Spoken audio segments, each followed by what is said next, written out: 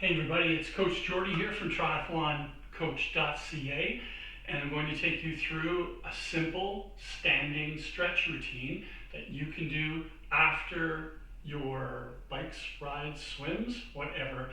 Always make sure to do it very gently. Hold each stretch for 3 deep breaths in and out, and don't overstretch. Just a gentle little bit of tension in the muscle. All right, so let's start with a back roll.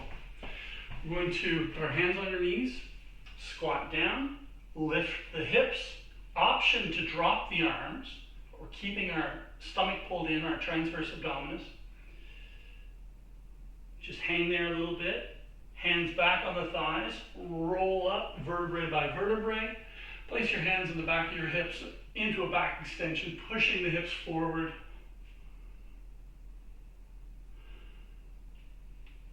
There. Now a little bit of upper body, we're going to open the back. These 3 little stretches are really great to do at the end of every swim. The most important of the 3 is this one, thumbs back, palms up, opening up the pectoral muscles. 3 deep breaths in and out. I might not hold them for a full 3 for the purpose of this video, but maybe I will, maybe I need it. All right, so hands on the side, reaching up, extending through the side and slightly over, but more reaching up than over. Always breathing deeply. Just trying to return our body to a healthy range of motion.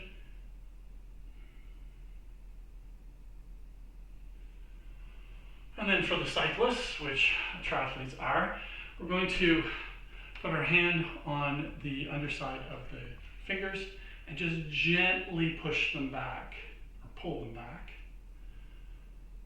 Very gently. Also an important stretch if you're a javelin thrower out there, just in case you do that as well. Of course, there used to be, I wonder if there still is, a bike brand called Javelin. All right. Let's head down to the legs now. We're going to start with a figure 4. So crossing one leg over the other and just sitting down, making sure your back is neutral, pushing the hips back, feeling a stretch on the glute of the crossed leg. I always like to have a wall or a chair there. This isn't a balancing exercise, it's a stretch. So I don't want you focusing on balance. Focus on the stretch. So the figure 4.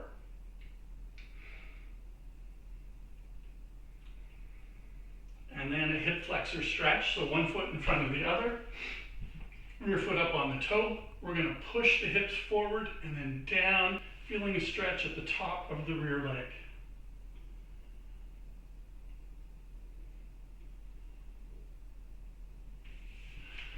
Other way. It's a big one for all triathletes and cyclists and people that sit a lot at a keyboard or a car.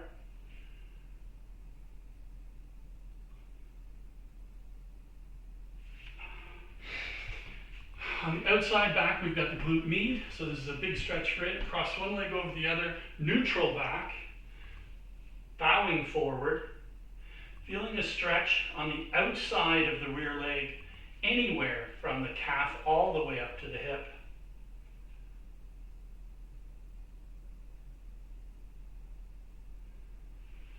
And switch.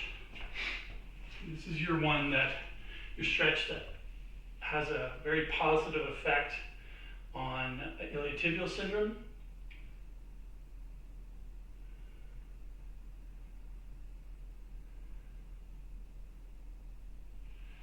Up into a quad stretch now. You're going to grab your sock, shoe loop, or foot and try to keep that foot behind your leg, pushing the hip forward while gently resisting or slightly pulling the foot back. Again, don't overstretch. We're just looking for a little bit of tension in the muscle.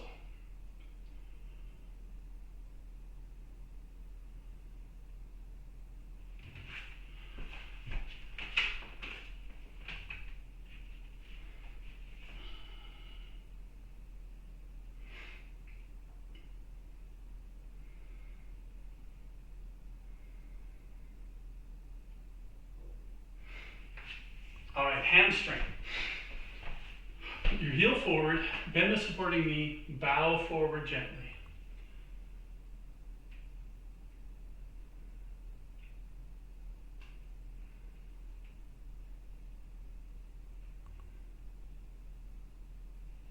Again, just a little bit of tension in the muscle. Too often people try to stretch out soreness.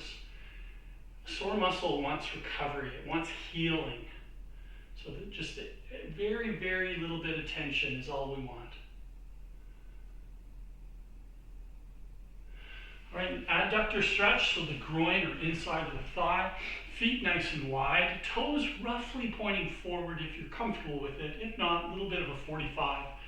And then we're going to shift our weight over until we feel some tightness, some tension on the inside of the thigh. This is a real weak point with triathletes because they don't do a lot of lateral movement. So we want to strengthen and maintain mobility on the adductors. And a related stretch now, not the adductor, but just around the corner on the back, is the medial hamstring.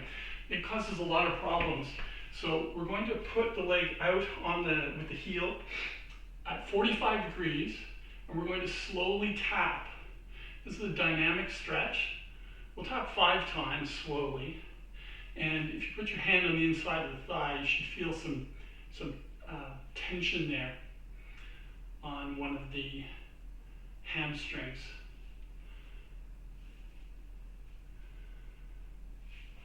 Other way. The final stretch is for the calves.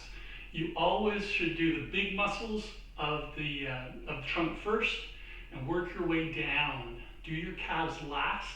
You can do the push on the wall, but more effective is downward dog, where you're doing that whole posterior chain. Best done without shoes on. I'm going to show you with shoes.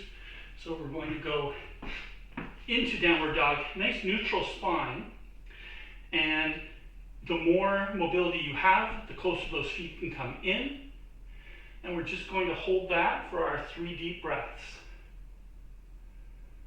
You can also do this on one foot, lifting the other, and centralizing the stretched foot.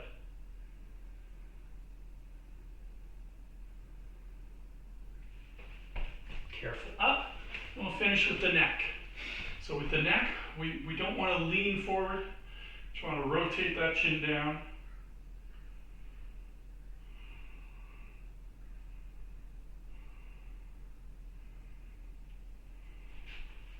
Same thing to the side, trying to rotate, not just swing it down. Of course, our neck gets tight, both from the effects of cycling and swimming. So there we go. There's a short all-round stretching routine for post-workout.